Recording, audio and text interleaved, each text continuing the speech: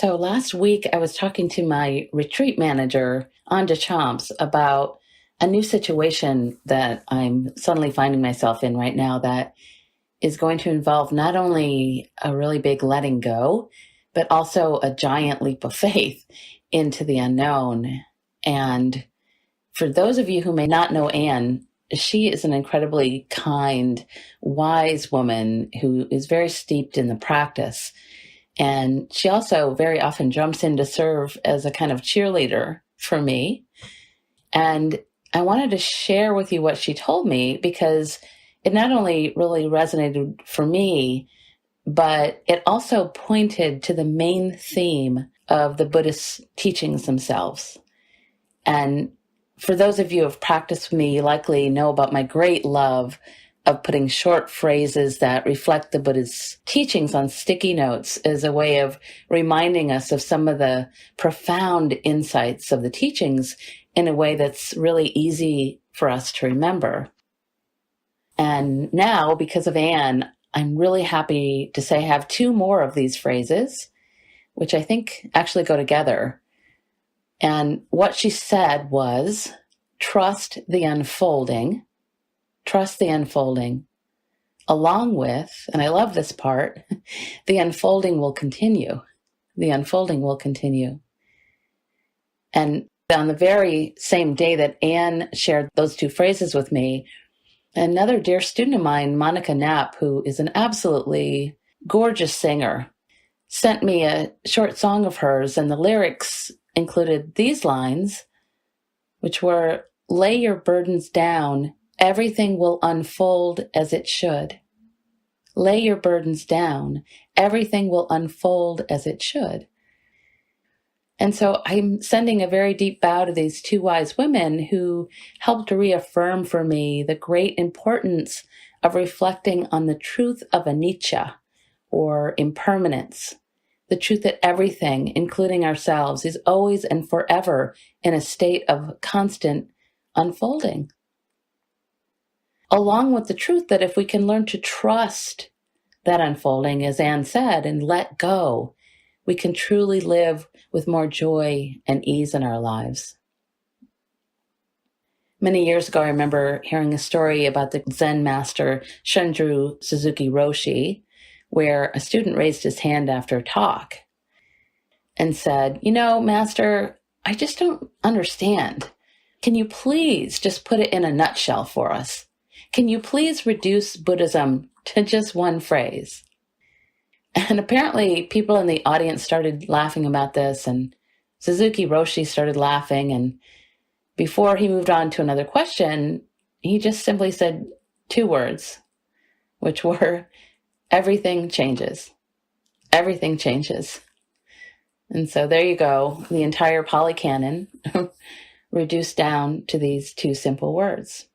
Everything changes. And of course, we don't really need a Buddhist master to tell us this, right? We've all lived on this earth long enough to know the truth of anicca, impermanence. And according to the teachings, the problem is not that there's change. Change is just a truth. It's a reality. And we can't really argue with that. It's happening constantly without end. We might even notice right now that just by paying attention to our breath in this moment, we are always either breathing in, receiving a new moment, or breathing out, letting go. We are always doing this. And of course, change can often really be a good thing, a great thing. It's actually a line that I love to remember from an interview the reporter Alex Banyan once had with Maya Angelou. He said, when I interviewed Maya Angelou, she told me to write this sentence on a notepad and to never forget it. She said, every storm runs out of rain. I still think of that line to this day. Every storm runs out of rain. And during the height of the pandemic, I actually really thought of that line every day too. It was one of my favorite sticky notes to remind myself, every storm runs out of rain. And if we think about it, really, without change, life itself literally would not happen. Everything, including ourselves, would just cease to exist. And the metaphor that's most often used in the Buddhist teachings for life is that of a river, which is a progressive movement, a successive series of different moments or movements, joined together to give the impression of one continuous flow. So even though it might look the same sometimes, the river of yesterday is actually never the same as the river of today. The river of this moment is never the same as the river of the next moment, although it may look similar. So sometimes it's really easy to notice change because it's really quick. We can see it instantly, like maybe we decide to get a new haircut, instant change. But for so much of our lives, change is just really slow. And so what happens is that we tend to not pay attention to it or notice it even. It can often feel just invisible. When I first met my husband, Brent, about 27 years ago now, he owned a business where he made custom-made windows. And when we moved into the little farm cottage where we live today, he showed me how our front window is literally melting. It's very old and it has visible waves in the glass like a river, and it's thinner at the top and it's much thicker at the bottom. And so every day when I look outside that window, I'm reminded about this, about how slow and invisible impermanence can feel, but to see the truth that it's actually happening. So right now, you might even reflect on the fact that in the same way, everything in the space that you're in right now is also slowly changing and shifting. All those tiny molecules, second by second. Maybe the chair or the cushion you're sitting on will eventually disintegrate. Maybe the road you're walking or driving on will eventually also disintegrate. We can look back to the ancient ruins all over the world and remember this truth. Even the moon and the sun and the earth will at some point no longer be here. And of course, we ourselves are not separate from this and are also continually changing, just like that river. Now, right now, our skin is slowly changing and aging. And our cells, about 50 to 75 trillion of them, are changing. They each have their own lifespan. And when they die off, they're replaced with new ones. And on it goes. And of course, at some point, our skin will even no longer be alive on our bodies. But again, we don't often want to think about these things. And so we're mostly unaware of it as it's happening. We just don't recognize it or notice it. Several years ago, I recall someone saying to me once that at some point in our childhood, we and our friends went outside to play together for the last time, and none of us knew it. And that really struck me. In the same way, in every moment, various thoughts are also arising and passing in each of us constantly. Probably not 5 trillion like ourselves, although it may feel that way some days. Even our mental states, of course, keep changing from minute to minute. So one moment we're happy, another we're sad. One moment we might be concentrated, another moment we're distracted, forgetful. All in accordance with conditions, which themselves are constantly in flow. Just for a moment, you might even reflect on how many times your mind state has changed just today. How many times has your mental state changed? And so again, we might assume the truth of anicca isn't something we can really argue with, right? We all know the truth of this. It's very obvious. The problem is we actually do argue with it all the time. Our human tendency is to want to do battle with this reality. And this is one of, if not the main sources of our stress and our fear. Or in other words, our dukkha, our suffering. So I'd like to invite you to really think about this for a moment, really contemplate it. So for instance, we might even notice how often this is true, even if we consider change a good thing. Like maybe when there's a good change in your life, like a marriage or a baby or a job change or a move. There's actually a name for this kind of change, which is called eustress, eustress, which means that we don't often realize that these things too, these good changes, are incredibly stressful. And again, the reason for this is because they all involve change. And often not a small amount of grief about letting go of what we've known, what we've perceived our lives to be, along with fear, of course, about entering something new. Our tendency is to want to have control over things and never be in any state of uncertainty.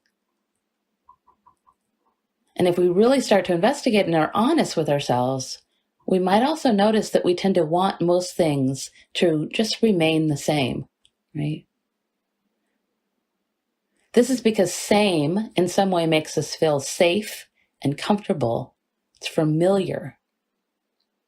And we might recall the word familiar is related to the words family or friendly, which points to this idea that when we think we know something, it becomes much less frightening. This is often true even if this is an old and maybe negative belief about ourselves, right? Or maybe an old acquaintance or friend who just isn't right for us anymore. We continue to hang on to that belief or that person or that situation because it just feels safer. It's familiar. It's that better the devil you know than the devil you don't kind of thinking.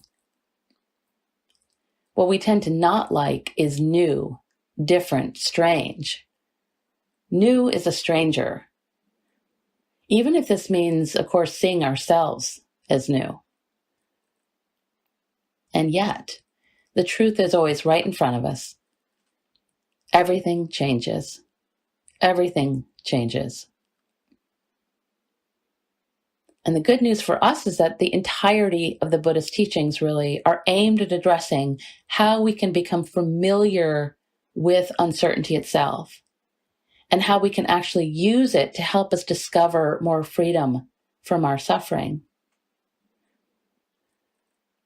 And along with Suzuki Roshi's two-word summary, everything changes, I would like to offer you a great forward phrase that tells us how we are being asked to practice with that truth.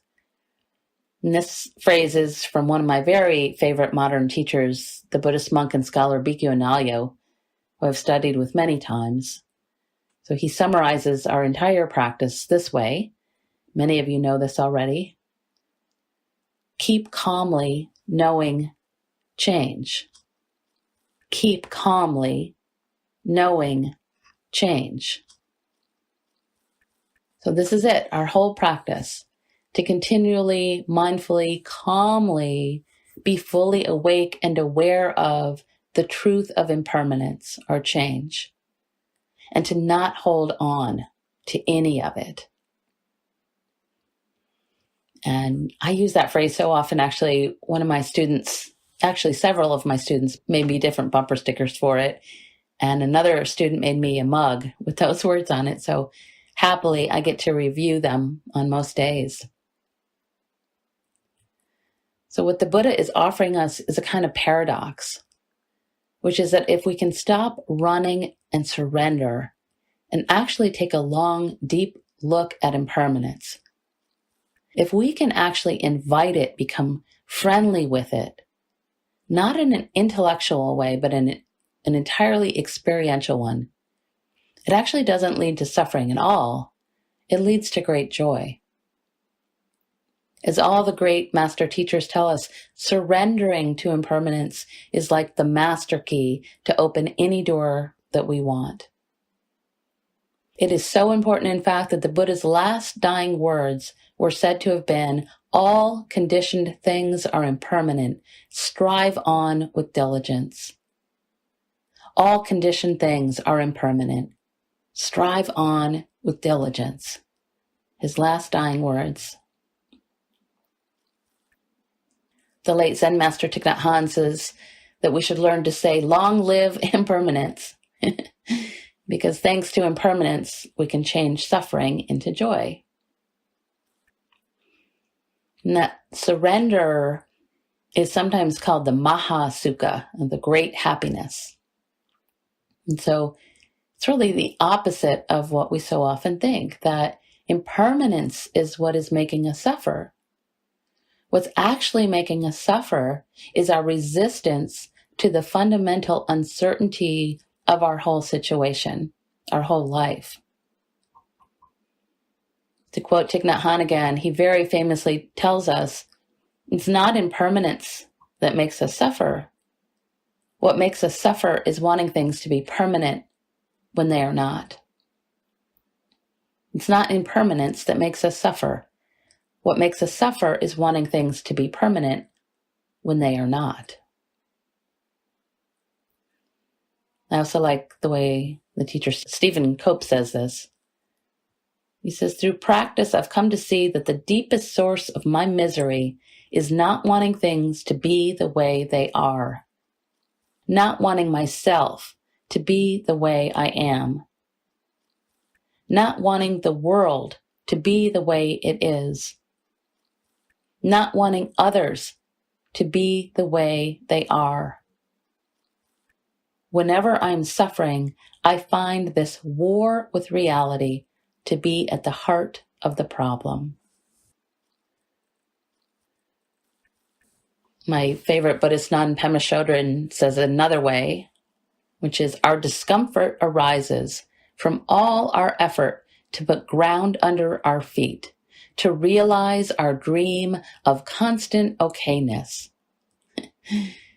And I just love that term, constant okayness, because if we're honest, isn't that what we all actually really want? You know, how we think it's supposed to be, constant okayness. We tend to want things to be permanent and solid and reliable, and of course this includes our view of ourselves and other people. We tend to want things that feel and smell and look and taste pleasant to us. And when we can't pin something down or can't get something we want, or when we have something we don't want, doesn't something seem wrong? Right? You might take a moment just to think about whatever you're suffering with right now in your life and ask yourself, am I wanting something to be different than it actually is? Am I wanting something to be different than it actually is?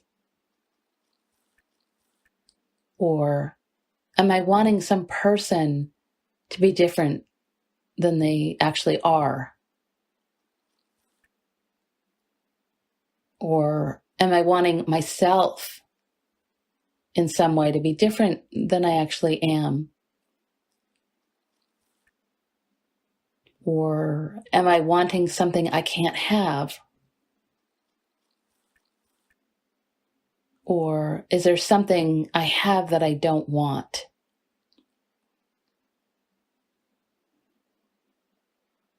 You might even take a moment to consider, is this ever not true?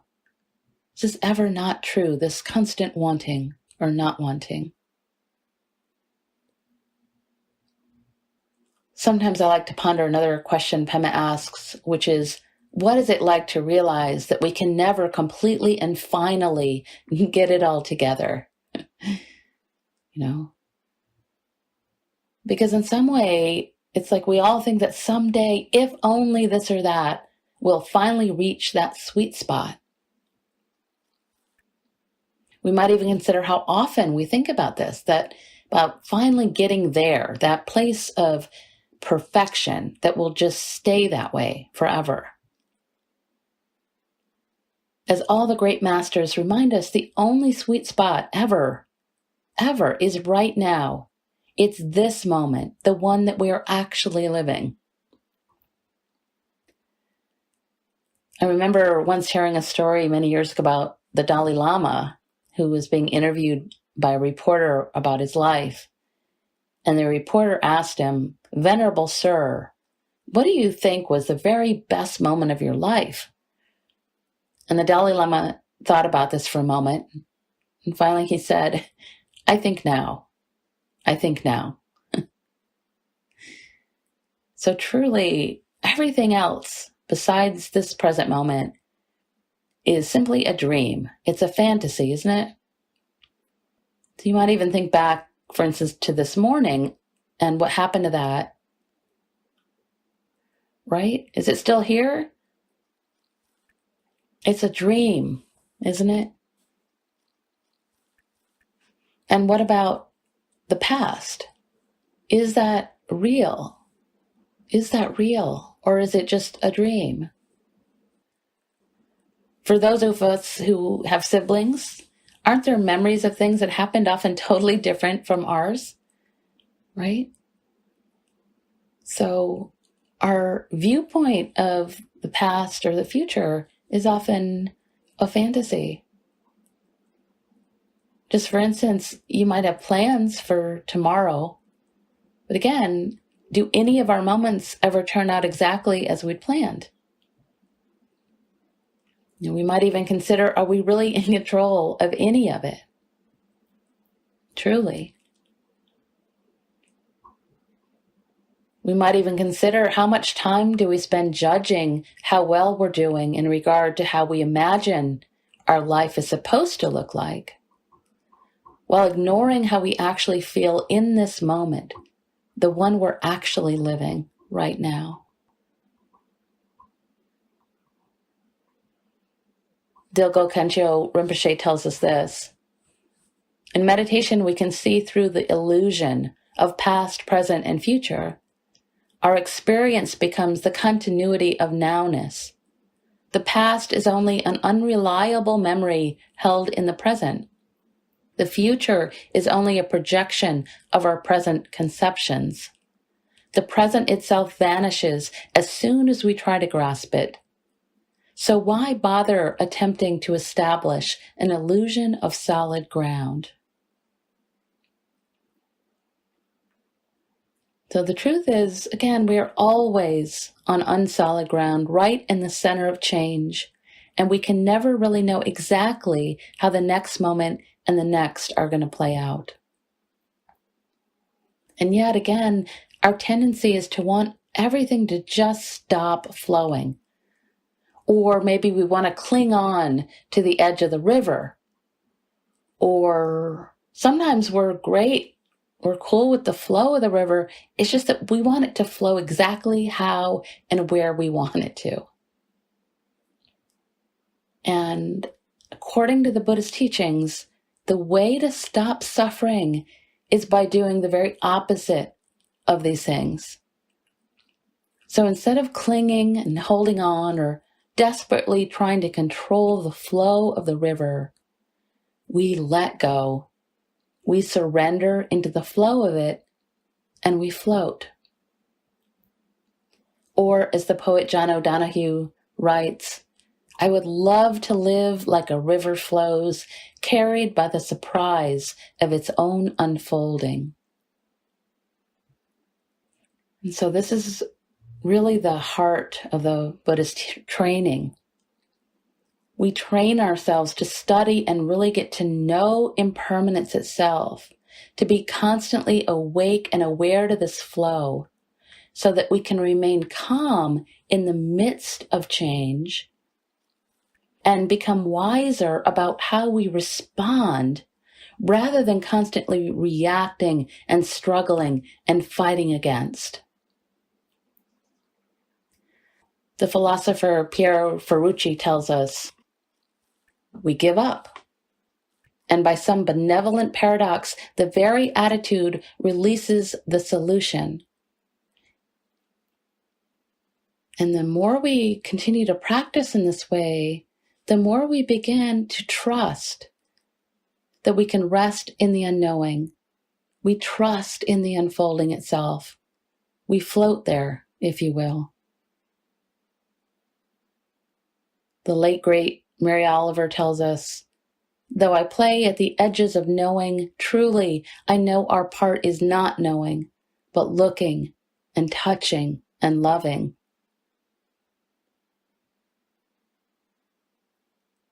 Now, it's also really important for me to say and remind us that letting go does not mean we become numb or indifferent or hollow or victims, or that we don't dream or plan or make goals or take actions. Of course we do. It just means that we're letting go of our expectations, holding on to how we want it to be. Really important. We might even start to notice that the more we can learn to let go, the more we can move through life without thinking this or he or she or I should have been different. Just as for instance, even when, say, a loved one dies, or when something happens that really shakes up our world in some way, we can suffer for so many more years than is necessary by clinging on to one simple belief, which is it shouldn't have happened. It shouldn't have happened. And instead of clinging on so tightly, we might instead try grieving fully whenever the grief arises, for as long as it arises, letting it flow fully with the stages of grief, and then acknowledging that this is how it is now. This actually is what happened. Not it shouldn't have happened. This is what happened, and grieving that. And this points to a wonderful phrase from the Zen tradition, which is, this is it. This is it. Which I actually use so often. One of my retreat managers actually had this tattooed on her body. And whenever we consider that this is it, we can also automatically invite the question, now what?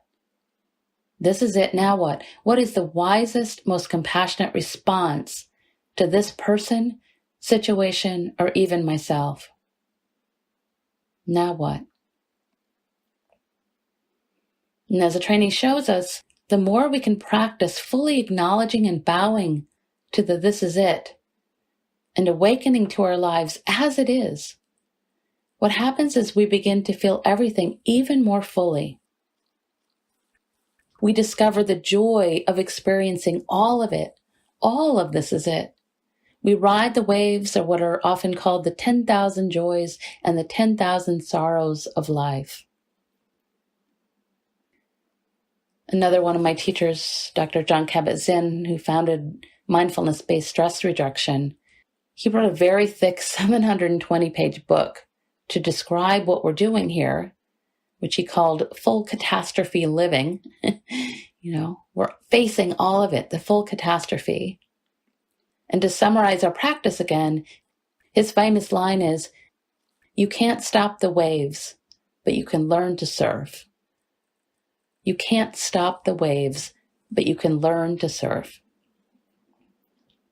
So what this practice is showing us is how we can meet or greet this full catastrophe just as it is, not how we want it to be. And what happens is that we begin to awaken to all of it with great gratitude.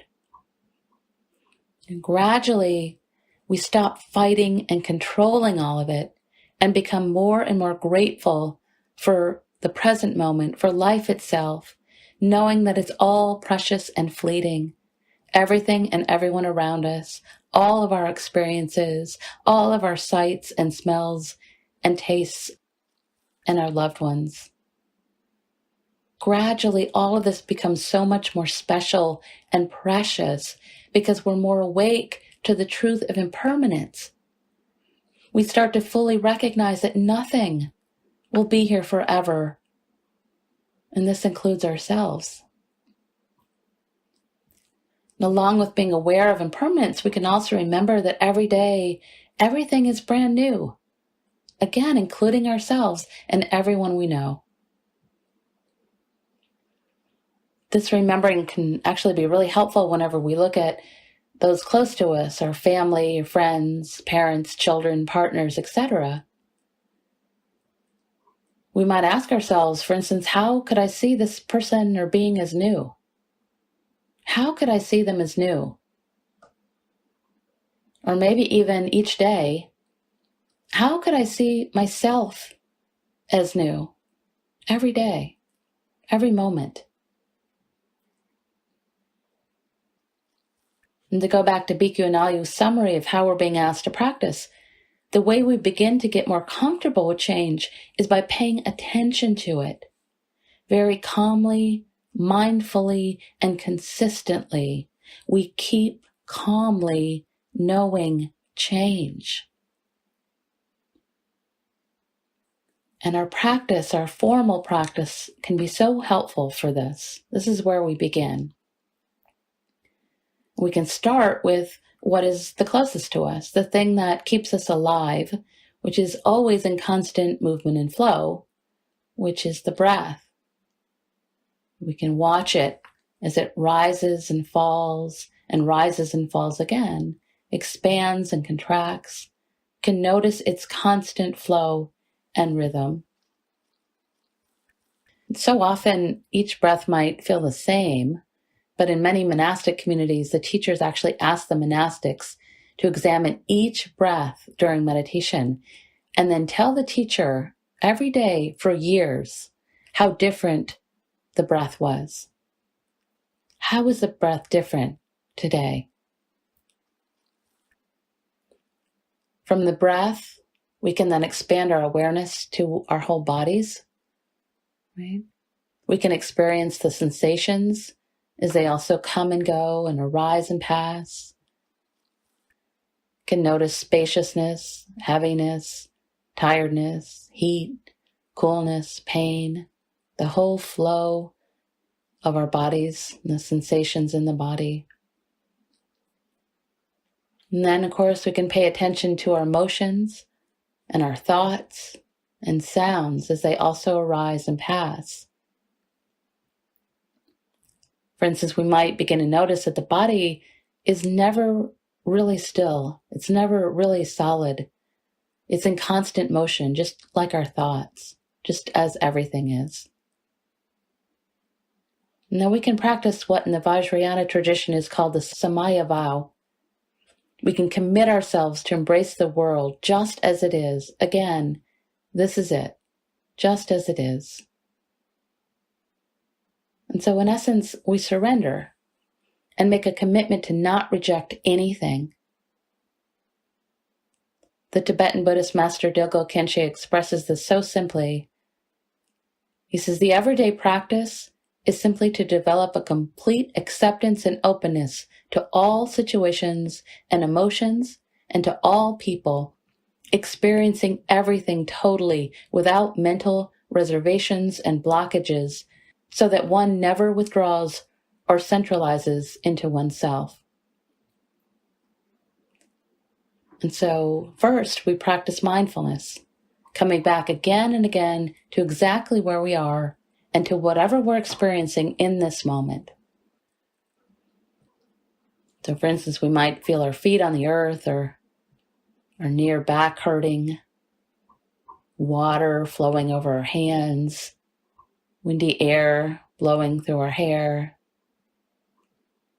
the sound of trucks or wind, which I'm listening to now as I'm recording, or birds, the smell of the earth.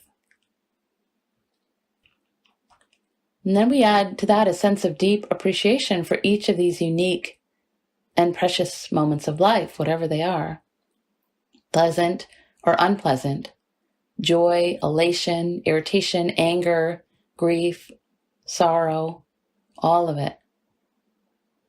And the point is, it actually doesn't matter. There's simply this precious life living through us. And we're not clinging or resisting, struggling or wallowing in it. We are letting it all pass through, experiencing all of it. We're awake to it. So through our practice, we're learning to allow ourselves to rest in the calm river of awareness itself. Pema Chodron tells us this: when you have this kind of genuine connection with yourself and the world, you may begin to encounter wakefulness. You suddenly feel as if you're in a vast, wide open space with unlimited breathing room. It's as if you've stepped out of a small, dark, stuffy tent and found yourself standing at the rim of the Grand Canyon. This is the place of just being. It's not an otherworldly, ethereal place. You haven't transcended the ordinary details of your life. Quite the opposite. You finally contacted them 100%, and they've become a doorway to what is called sacred world. Sacred not in the sense of religious or holy, but in the sense of precious, rare, fleeting, fundamentally genuine, and good. And so I think I will end there and invite you into just a really brief meditation. So if it's available for you, you might take a nice seat, find a good posture, relaxed posture, close the eyes. If you're walking or driving, you might really connect with your body, become more embodied. If you're sitting, feel your sit bones and your feet. If you're walking, feel the bottom of your feet, the act of the body moving. Maybe taking a nice deep breath in, connecting with the breath and the body. Slow exhale, letting go, settling into your body a little more. A couple of rounds of these on your own to reconnect with the body itself. Relaxing the body, dropping the shoulders, letting the hands be open, palms soft, letting the face relax, eyes, forehead, cheeks, jaw, tongue.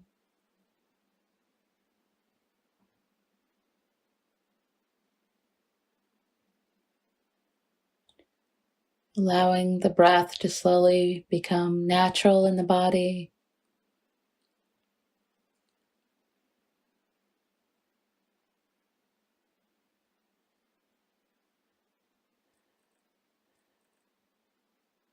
And I'd like to invite you for these next few minutes to just really concentrate your attention on the breath. Gather your attention on the act of breathing, just that simple flow in the body. And notice the rhythm of your own breath and body. And notice that the breath is in constant flow and movement. That you're always and forever receiving a new moment and letting go.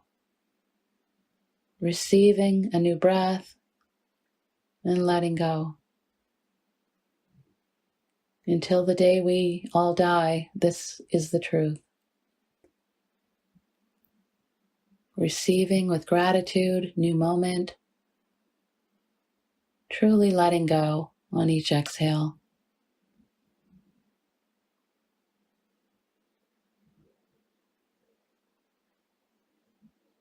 Anchoring your attention in the present moment right now by anchoring your attention to the breath.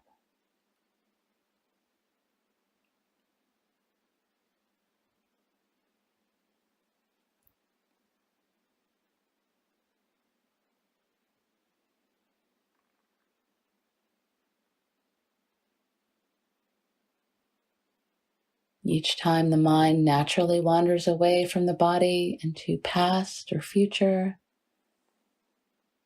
thinking, very gently bring it back home to this moment, this inhale, this exhale, and just simply begin again. No judgment.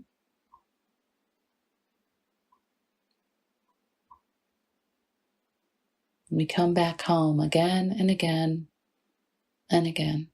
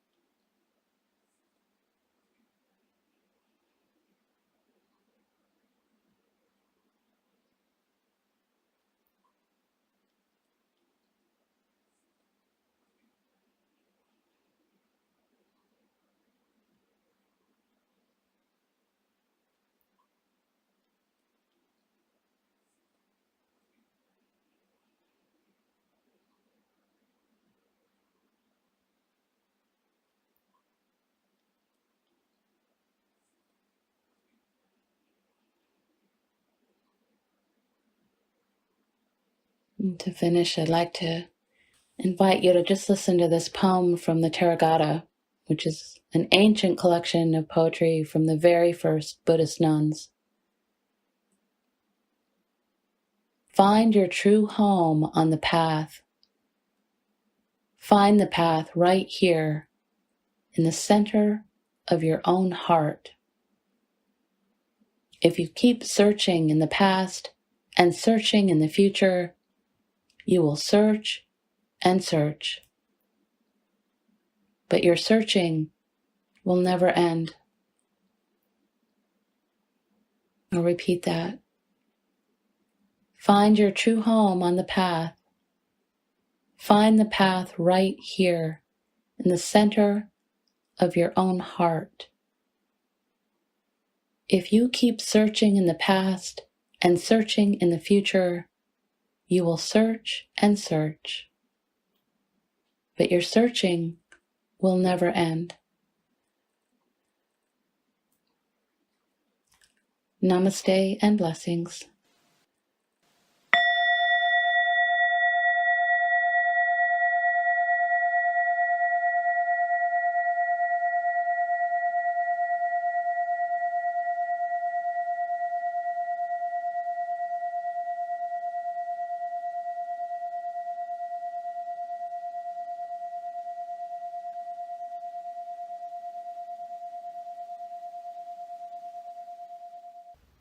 I hope you enjoyed this talk.